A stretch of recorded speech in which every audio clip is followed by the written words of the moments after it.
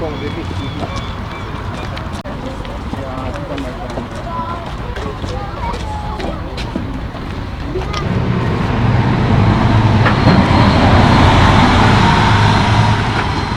since I learned of this place's existence here, I have been wanting to go here. We're going to go see a museum. This is in Ålesund, Norway, and it's called Sunnmøre Museum. And they have buildings and boats and all kinds of stuff.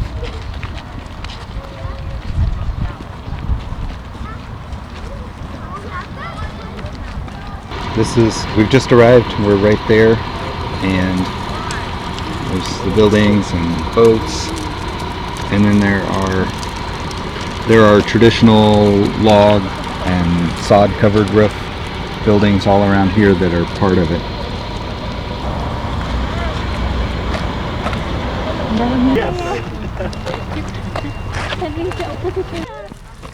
Let's go, run! Run!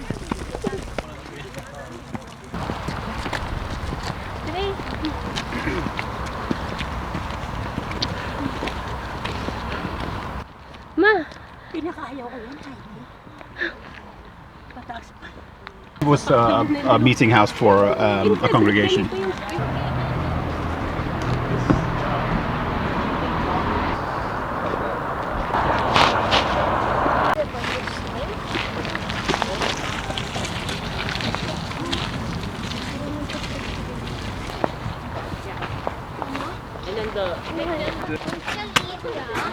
This building was a schoolhouse in the 1800s, and I believe this was an attempt to help push education in the country.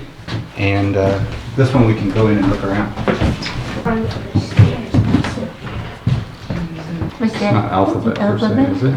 Like That two syllables? Phonics, perhaps? Yeah, it's probably phonics. Okay. Double consonants. And this is Norwegian. Yeah. There's a map of Europe that's guaranteed to be wrong at this point. The holes for the ink houses, so they would use those to keep the balls of ink in place, I suppose. Yung test sa elementary sa amin, ganyan pa rin gamit.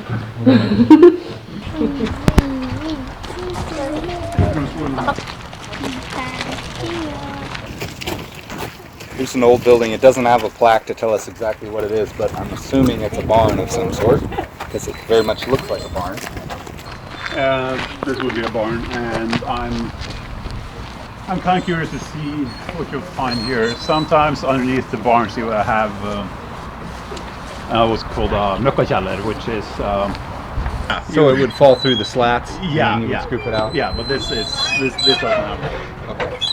Liam, I think you should probably get to me. Daddy has one of these sort of, Yeah. except it's electricity powered. Yes, it's a grinder. Gamblers say ash, maybe? I don't know what an ash looks like, so you might look like that. Ashes in the States look different, but Okay, then it's not an ash. These are tiny little pine cone looking trees, but they grow on a deciduous tree. So I don't know what they are.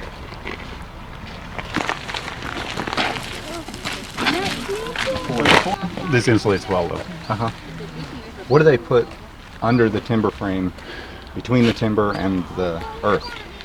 Do you know? I'm not sure. They would have to put something that would have. And it's a common semi-waterproof building material in a lot of places in the world. Make pots out of it. So it might be what's underneath everything. Now they have plastic. Yeah. Yeah, they've augmented it a bit. They have these plastic liners now, of course, but makes it last a little longer. 1700s. With an extension from the 1860s. So 1700 style house. That's getting quite a ways back there. These grass roofs that you wouldn't see much in the 1800s. Okay, that went away then. Yeah. I think the door's open so we can see in this one too.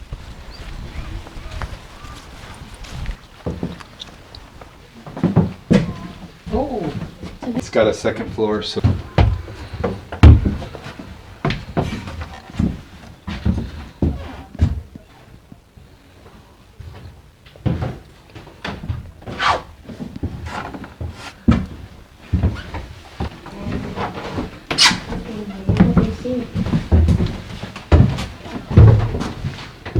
Yes, this is a wood stove.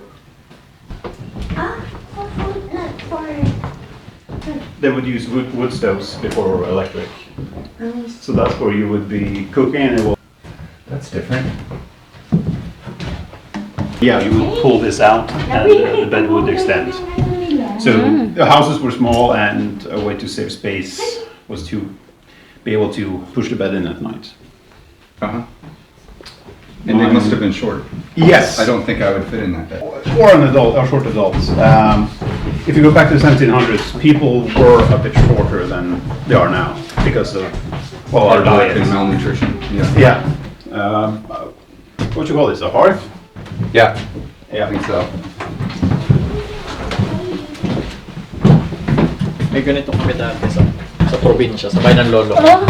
Tapos dito kami magluluto ng mga I feel like this part kanin. should be blocked off. Considering we can't get in. Tapos may usok yung sinaing. The royal family, so that would be King Håkon and that's Crown Prince Olaf, who was the king when I was young. This would probably be in the 20s or 30s. So is he the one that had to evade the Germans? Yes, so these two were hiding underneath that birch in Malden, which has become a historical place. I'm at a museum, but the farmer in me wants to examine the tractor, and I see they have a different style hitch. I've never seen this before. It's like a triangle thing that, I'll show you the implement in a second, but it has this hook that is what latches it and unlatches it. So it slides over and then catches.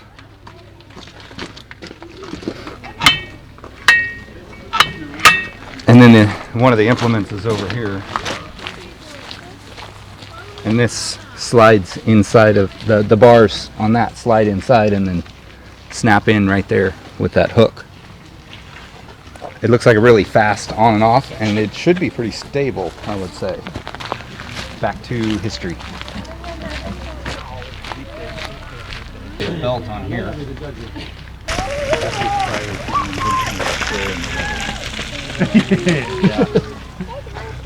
This is a cowshed.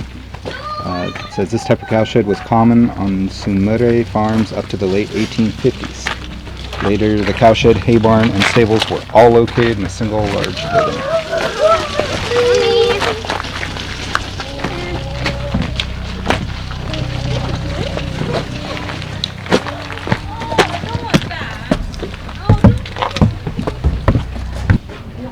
So they have the cow stalls, and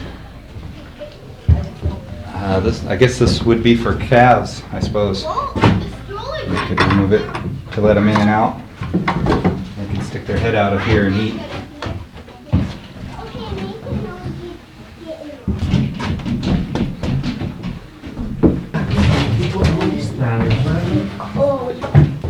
So I have a little milking stool Are there. we going out? We've actually made our own versions of those to use. Yeah. We used to milk cows.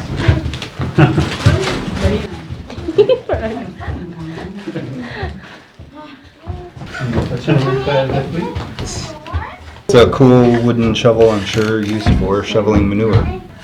Not very That could be ergonomic. an oar. So this would be Timothy's job. We lived here. That could be an oar. Ano, meron ka sa bahay niyo ganito? Wala.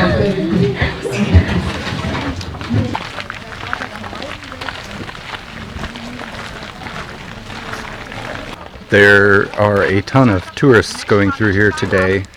In Norway, it's common for most things to be closed on Sunday. Most grocery stores are closed, malls closed, etc. To give people time with family and time to do things like this. One of the problems with that, going out on Sunday, is you're liable to run into more people in things that are open. This is a smokehouse.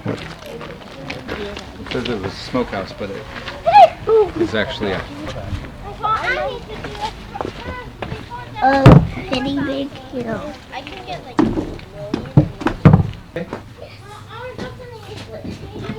Says this was also a workshop used for various things. That, yeah.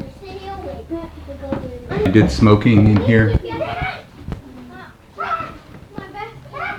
Meron kayo niyan sa bahay? Wala. Kapit-bahay namin meron.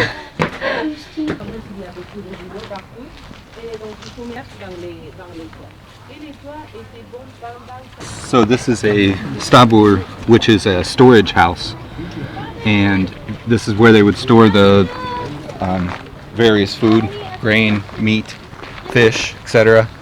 And it's up on stilts so that the animals can't get in and the moisture doesn't get in.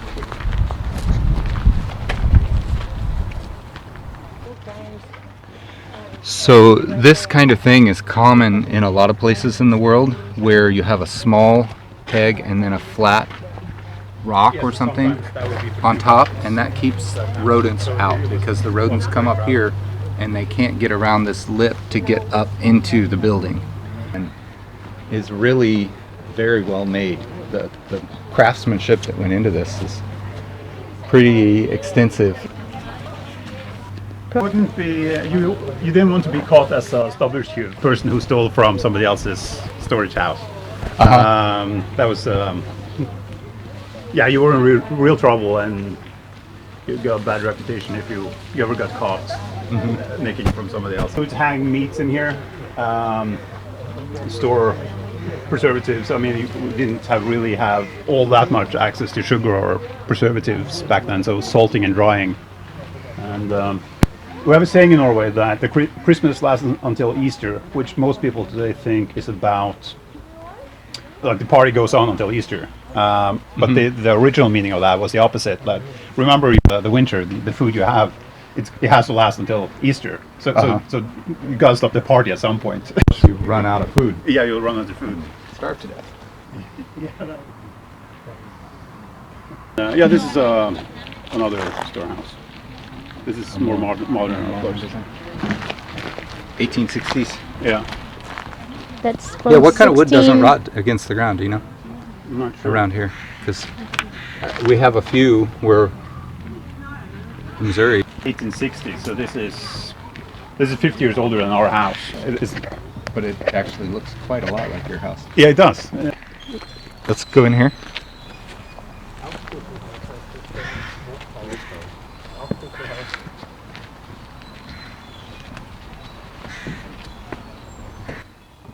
So they've got a spinning wheel and everything over there. My mom would love that. And then over here they've got a loom for making cloth. Let me light it up a little bit. Oh, that's a lathe right there. A wood lathe. Oh yeah. I wonder if it was a kick-powered one. Yeah, probably. You probably have. Oh yeah, these treadle. Paddle, you would. There's a treadle right there. That's a drill press. Right there. I'm not sure what that is. Maybe. It might be for spinning wool. Oh, yeah, it might be a different spinning wheel. What I think of as a spinning wheel. Yeah, it might be a different type. And what is this? This is the ancient and rare floor sweeping device. 1700.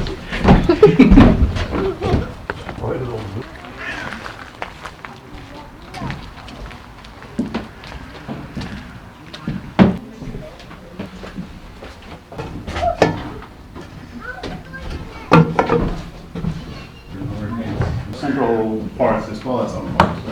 Or else it's just to open to let allow ventilation.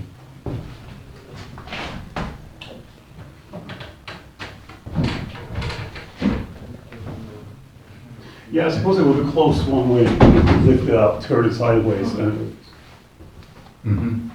It's Seems like it probably should be left closed so it doesn't rain into it. Yeah.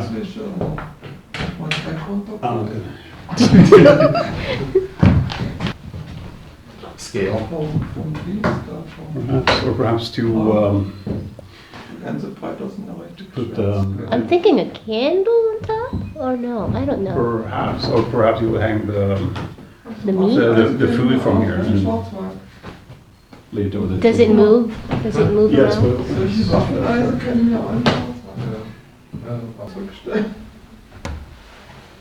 Stairs/ladders.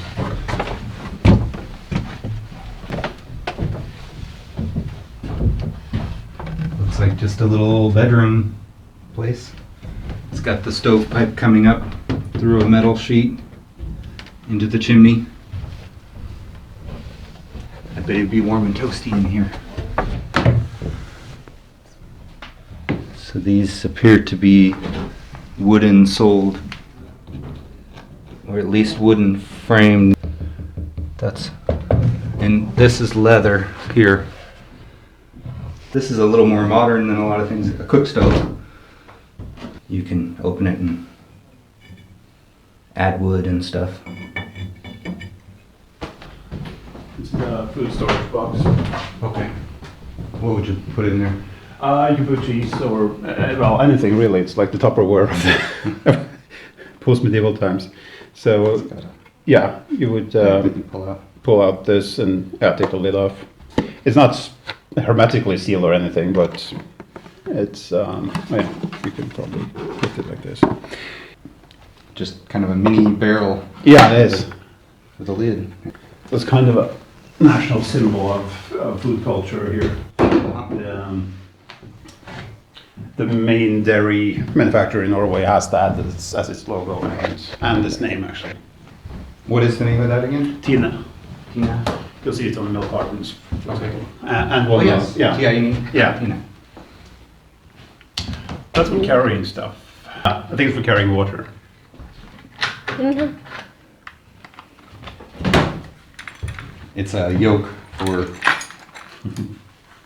carrying buckets of water or something. Oh yeah, we had one Drawer. of those when I was a kid, actually. We never used it. It was No. just decoration. What would these be used for? Textured rolling pins. It's been used to make lefse if you want it like a soft flatbread. If you want it to be textured, I'm not entirely sure though. Meat tenderizer? I Too? could I don't double know. that's that. We wanted to buy a European or Norwegian style waffle maker at the store, but it's our voltage is 110. Here it's 220, but these don't require voltage. One that's intact. So for a few hundred years, this is how you would.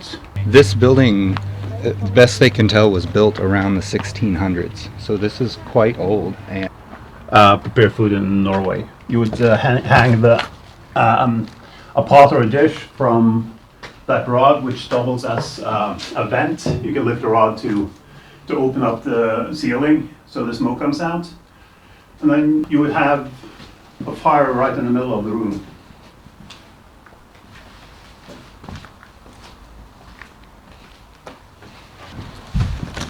Ouch. ouch.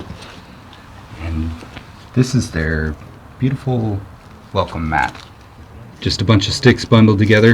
In this case it has wire, but I'm sure they wouldn't have used wire, but that's kind of a practical, nifty thing. I guess the women then didn't like the men tracking dirt into the house either. Yeah. Yeah. Well, to be fair, that's a pretty difficult floor to wash. Took a lot of scrubbing to get that one clean. So yeah, let's just birch twigs. That's a doormat.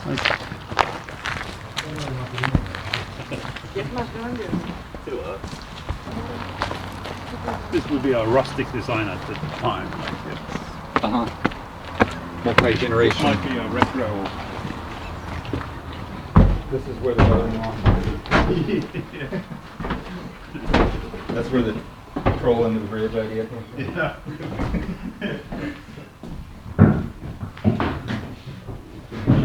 must have been shorter. Yeah.